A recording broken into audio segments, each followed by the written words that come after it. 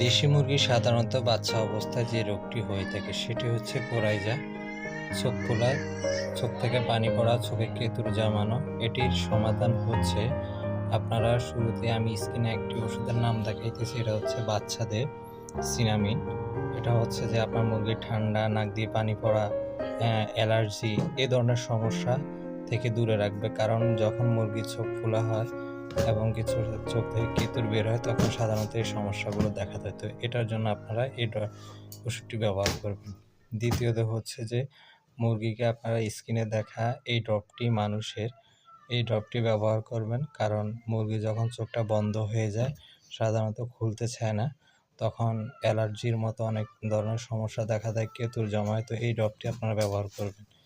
দ্বিতীয়ত হচ্ছে যে এটার জন্য একটা অ্যান্টিবায়োটিক ডক্সিবেট এই ওষুধটি ব্যবহার করবেন। এটি হচ্ছে যে মুরগির অ্যান্টিবায়োটিক যে সমস্যাগুলো থাকবে কোরাইজার সকল সমাধান। স্ক্রিনে দেওয়া এই ৩টি ওষুধ আপনারা একত্রে মুরগিকে ৩ বেলা খাওয়াবেন ইনশাল্লাহ। ড্রপটি 2 বেলা দিবেন ইনশাল্লাহ, আল্লাহর রহমতে সুস্থ হয়ে যাবে। ধন্যবাদ। আসসালামু আলাইকুম।